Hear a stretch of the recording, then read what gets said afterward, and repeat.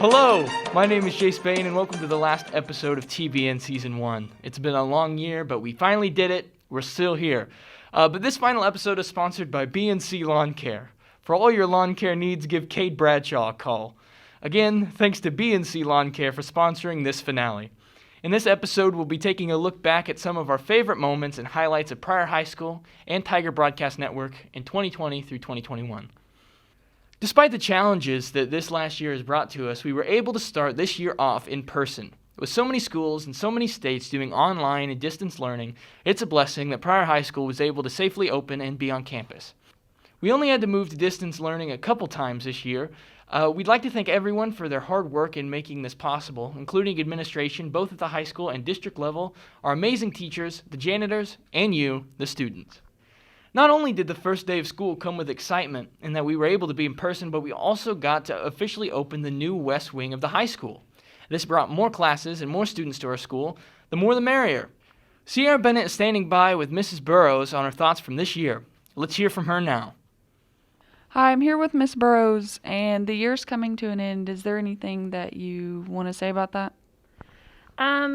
Just that it's been a really good year. I'm really glad that we were able to be in school. I think you guys are pretty happy we were able to be in school too. Appreciate everybody's efforts in keeping the school safe, wearing our masks. We were diligent in that, and so we were able to stay open. And I think it's been a really good year, and I feel like we'll just be having more successes than others just because we were able to be in school. So very exciting. So we only have 1 week of school left, so do you know the plans for next week? Yes. So for the last week of school next week, we are going to have a celebration day on Monday. And if you don't have any information about that, there's information that will be coming out. And then on Wednesday and Thursday next week are semester tests. For those students who have an A, B, or a C in their class, they do not have to take the semester test. So your last day would be the 18th.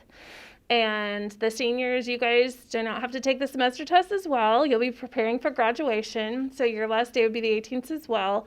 And you guys will have awards assembly practice Tuesday and then have the awards assembly on Wednesday. Thank you and have a good summer. In terms of extracurricular activities, we didn't let COVID get in the way of those either. The choir was on fire with predictions of both Cinderella and Oklahoma. We're excited to see what they have in store for us next year, but are sad to see the seniors go. As for us in drama, you know that we've secretly been busy. Keep this on the down low, but we have Hamilton on Disney Plus, our play. The high school productions of A Midsummer Night's Dream is available right now on YouTube. For the link, go to @PHSDrama21 on Instagram. Not only that, but we filmed an entire new project. Since my sophomore year, a Pryor Night Live variety show was pitched, rejected, but not anymore. Hosted by Mr. Winton, Pryor Night Live will again be released very, very soon, so keep an eye on the Instagram page. Our school also came together in support of one of our own this year. Javen Blake, a senior, learned on December 18th that he had been diagnosed with acute myeloid leukemia. Many organizations from around the school came together to raise money for and the spirits of Javen. Sophomore Student Council ran a coin drive which included pies in the face of Coach Davis and Officer Armentrout. I guess. This is for you, Javen.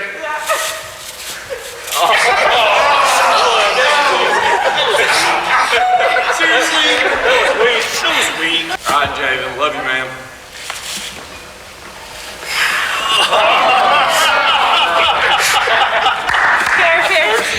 Javen will be graduating and actually received his diploma early in person from Mr. Winton and Mr. Bryant. Let's take a look at that. This is what we do like a real graduation. It's Javen Blake. Congratulations. I'm so glad I got to see you play. Yes, sir. Can my mask stay on, please? While Javen may be graduating, that doesn't mark the end of his fight. We encourage you all to continue to check in with him and see how he's doing and offer words of encouragement and support. While we all know I'm your favorite here at TBN, I still don't write my own scripts. A lot of us also seem to enjoy hearing from our chief weather guesser, Stephen Osborne. Although, while he might be funny, is he actually any good at his job? I certainly think not, but we'll see here shortly, where we have Stephen grade his own guesses against what the weather actually did. Here's Stephen with more. Thanks, Jace. It's been a great year here at TBN guessing the weather. I'm sad to say I won't be able to be joining you guys again next year to bring all the weather news. I thought I'd end this year off taking a look back at my guesses and seeing how they actually line up with what the weather did. Here's what I had to say about the upcoming weather on October 1st.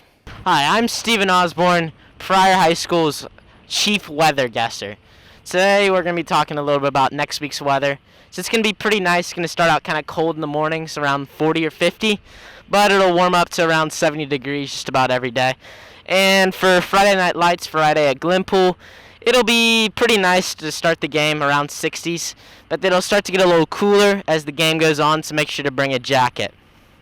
Looks like I underestimated the temperature here. It actually never got down into the 40s and barely was in the 50s.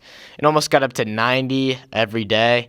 And you definitely didn't need a jacket for the football game that night, but started off October 8th guesses being wrong already, and it did not get much better from there. Let's take a look what I had to say then. Hi, it's your chief weather guesser back here, and I thought it was going to rain today. As you can see, it's not, so I'll just use this as the sun shield for today.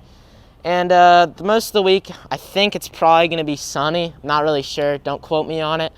But if you're happen to want to take a trip to Palembang, Indonesia, it's going to be really hot. It's going to be like 85, and you might actually need the umbrella there. And for Friday night, it's going to start out pretty warm, probably, but it'll probably get a little colder as the night goes on. Surprisingly, it did end up being nice that week. I also took the extra time to give you a heads up on the weather in Palembang, Indonesia. You're welcome. Anyways, the weather there was indeed warm, although you did not end up needing an umbrella like I thought. For Friday night back here at home, it ended up starting out warm and getting colder, as I said. I started off October 29th guesses a little bit better, although it isn't too hard to look out the window and see it's raining. Let's see what else I thought was going to happen that week. Hi, I'm Steven, your chief weather guesser here, back with another weather report. As you can see, it's raining outside the past few days. Didn't really think that was going to happen. I thought it was going to be nice, pretty warm, but obviously I was wrong. But the next few days it is going to start to warm up, and for Friday night football, it's going to be pretty nice. I mean, it'll be a little chilly, but it'll be warmer than it is now. It'll be nice and dry. Same for Halloween on Saturday, and it'll start to warm up here the next few days, hopefully, maybe. But I'm just guessing. I guess we'll have to see. Thank you. Back to you, Jace. Wasn't too far off on the predictions this week. It did end up raining most of the week, but it cleared up for Friday Night Lights and Halloween. For December 10th, I went in pretty confident with my predictions. Hey guys, I'm your chief weather guesser, Stephen Osborne, back here. It's been a while since I've been out here, but I got some really good predictions. I've been studying up. So I know this week it's going to be like 50s and 60s, going to be pretty nice. I also know on Christmas we're going to get like 5 inches of snow. White Christmas, it's going to be pretty cool. You can quote me on that one. Although I might have been a little too confident, we didn't get 5 inches of snow on Christmas, or any, actually. So we have my predictions scored for the year, and I guess it's time to hear my fate. All right, out of the 26 predictions that Stephen made, he got 7 of them right. That's a 22%. Unfortunately, not a passing grade, Stephen. Thank you, Stephen and Benton. As much as we enjoy you, it might be a good thing we won't be relying on you for the weather next year. Anyways, let's go back to Benton Raymer to introduce our next segment. Thanks, Jace. We spent a lot of time filming TBN this year, and with a lot of filming comes a lot of bloopers. Let's take a look at some of the biggest blunders we caught on camera this year. HS Food Pantry, which started yesterday and runs through October 13th. That is the coolest thing I've ever done in my entire life. And you guys have another district game this tonight, actually. How are you guys feeling about that so far? We don't have a game tonight. It's going Thursday. Oh! Yeah, it goes out Thursday, so. I knew you'd be confused. Yeah, he would be Why did you confused. tell me that? The vice presidential debate yesterday? It wasn't yesterday. Yeah. It was? For Thursday. It's on Thursday. No, I think it's Wednesday. If only we had like 50 computers in here that could look it up. Hey, let's just start from the top. That Okay. way it doesn't have to go back. Yeah. I'm pretty sure it's tomorrow. It's your chief weather guesser here, and I was guessing it was going to rain today, but as you can see, it's not, so I'm just going to have to use this as a sun shield. Oh, wait, no, restart it, because I'm swaying. I can't sway this week. All right. Hi, I'm your chief weather guesser here, and as you can see, I thought it was going to rain. It's not, but I'll just use it as a sun shield. Thanks, Jace. I'm here with Rhett Looney, and she is the senior class treasurer. And so, Rhett, we know this week is Kindness Week. Could you give us a little bit of info about what tomorrow is for Nobody Eats Alone? It's Friday, not tomorrow. Yeah, this is coming out Thursday. I knew that was going to happen again. Third time that's happened this week. It always happens. I'm sorry. It's fine. So do you feel this election is going to be more important to the country than the last ones, or one of the less important ones? Wait, pause. How am I supposed to answer that? Okay, so do you feel confident about the place where the country's going to be either no matter who wins after this, or do you think no matter who wins, it'll be kind of a bad time? Bye. Okay, you're fired. Yes, Okay, why do you feel that way? because there's a lot of things going in our world. Oh crap! Restart. Oh, Nate, we're going to interview you after Go this. again. Okay, ready? There was also a lot that went on in the world of sports this year. Here's Dylan Hibbard, our sports anchor, with a summary of everything that happened. Hello, everyone, and welcome to the Sports Year in Review. Let's get started with everybody's favorite, football. The year started off amazing with football making the playoffs. They also beat Claremore in an overtime thriller to bring home the Battle of Highway 20 trophy home where it belongs. I'm Benton Raymer, and I'm here with Brett Elza, who quarterbacked the Tigers in a remarkable comeback after losing the one-man wrecking crew, Ben Ward, on Friday night. The Tigers were down a score late when Elza hit Josh Gore for a touchdown and Bobby Blue for a two-point conversion to tie the game. The Tigers went to overtime, and Elza again hit Josh Gore in the back of the end zone for the touchdown. The Tigers then went for two and tricked the other team for the win. The Tigers came out on top 22-21. Brett, what were your thoughts on the game Friday night?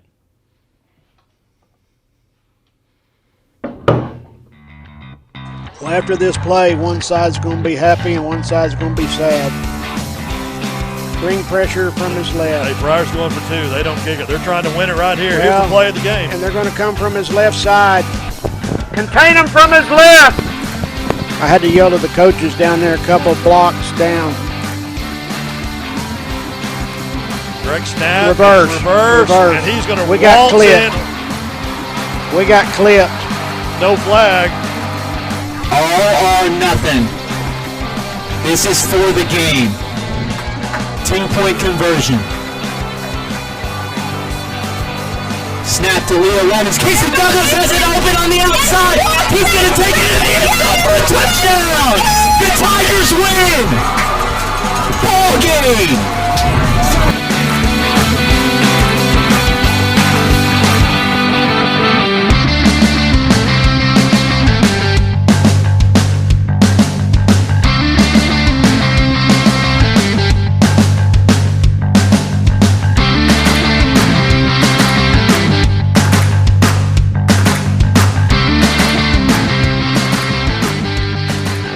Made it to the second round of the playoffs before eventually losing to McAllister. But we would also like to congratulate quarterback Ben Ward for making All-State. Softball finished their season losing in the regionals, unfortunately, but only 9 seniors were on the team, so hopefully the younger girls can get softball back to state. Basketball picked up right where football left off, with each boys and girls finishing above 500. Unfortunately, both teams were unable to make it past the regionals, but still had great seasons all around. Congratulations to girls Rhett Looney and Kaylee Alt for all-district team, and boys Nick Jordan, Kaysen Douglas, and Josh Gore for all-district team for the boys. And also a big congratulations to Dawson Alt for being the Offensive Player of the Year in 5A. Wrestling was just as good in the winter, with 8 wrestlers qualifying for state.